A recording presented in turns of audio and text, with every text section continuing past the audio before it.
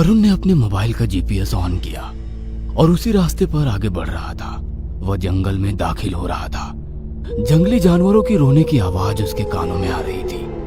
अचानक सामने से दो चमकती हुई आंखें उसकी कार के सामने आकर खड़ी हो गई। डर कर उसने कार रोकी और कार का डीपर ऑन किया तो देखा एक काली बिल्ली थी। कार की रोशनी में वो बिल्ली वहां से भाग गई। बिल्ली के जाने के तुरंत बाद ही जंगली जानवरों की रोने की आवाज तेज होने लगी। बचपन में कहीं वरुण सुना था कि आसपास कुछ बुरा होने वाला हो तो जानवर रोने लगते हैं। जानवरों के इस तरह रोने से अब वरुण को डर लगने लगा। वरुण ने अपनी कार की स्पीड बढ़ा दी।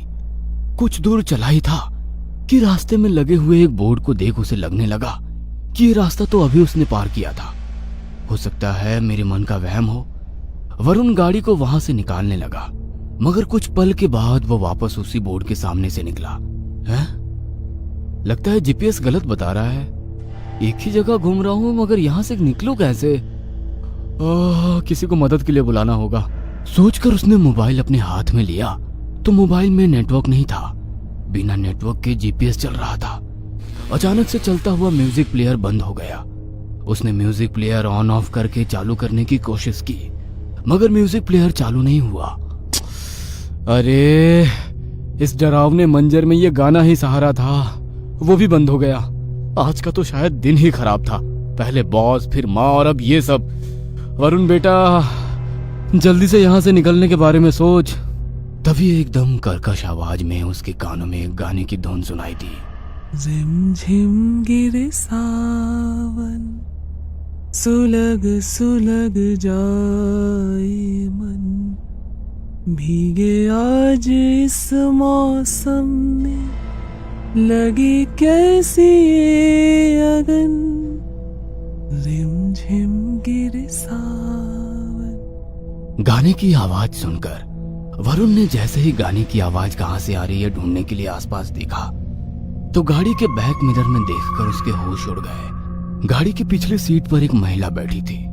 वन पीस पहने बहुत ही खूबसूरत महिला बैठी थी, जिसके बाल बिखर कर उसके चेहरे पर आ रहे थे, जो उसकी खूबसूरती को बढ़ा रहे थे। वरुण सोचने लगा, चलती कार में ये महिला कैसे अंदर आ गई?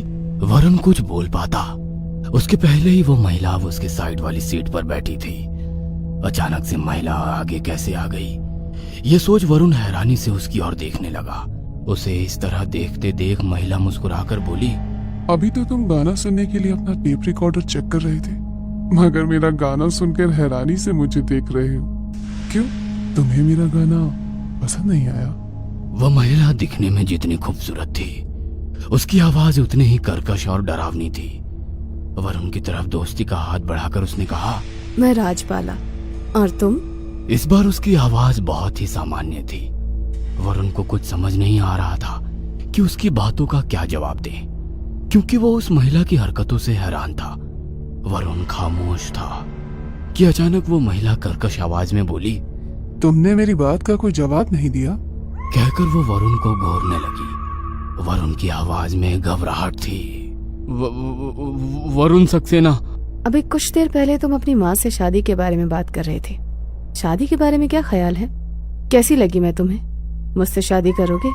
वरुण वैसे ही बहुत घबरा चुका था। अब अचानक से शादी का सवाल सुनकर उसके चेहरे पर पसीना आ गया। अपने रुमाल से पसीना पोंछकर वो उसकी ओर देखकर पूछने लगा, तुम अचानक से मेरी कार में कैसे आ गई? महिला मुस्कुराकर उसकी ओर देखने लगी। अचानक कैसे? मैं तो तुम्हारा ही रास्ता देख रही थी। बोलो, शादी करोगे मुझसे? वरुण कुछ भी नहीं बोला तो लड़की गुस्से में उसकी ओर देखने लगी। क्यों, क्या हुआ? कोई जवाब नहीं है? क्या मैं तुम्हें पसंद नहीं? पसंद? शादी? What nonsense! मैं तुम्हें जानता भी नहीं हूँ और तुम शादी की बातें कर रही हो। वरुण का जवाब सुनकर वो लड़की जोरों से हंसने लगी। अब उसकी आवाज एकदम कर्कश हो गई थी। वह धीरे धीरे रास्ते की ओर देखकर बोलने लगी, तुम लड़कों को तो हमेशा ही शादी करने की जल्दी रहती है।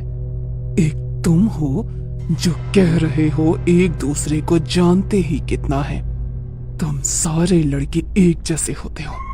पहले मीठी मीठी बातों में लड़कियों को फंसाते हो और फिर उनका फायदा उठाते हो शादी की बात आई नहीं कि पीछे हट जाते हो। देखो, मैं तो पूरी तरह से मॉडर्न हूँ, कहीं से भी गंवार नजर आती हूँ। बोलते बोलते उसकी आवाज अब बहुत ज्यादा भयानक हो गई थी।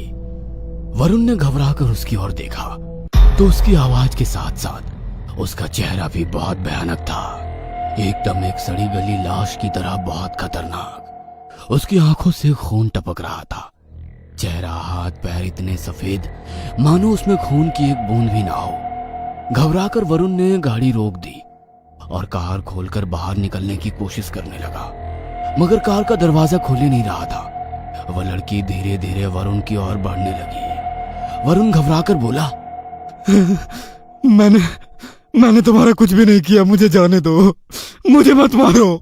लड़की जोरों से हंसते हुए बोली, तुम्हें कौन मार रहा है? तुम्हें तो अपने करीब ला रही हूँ।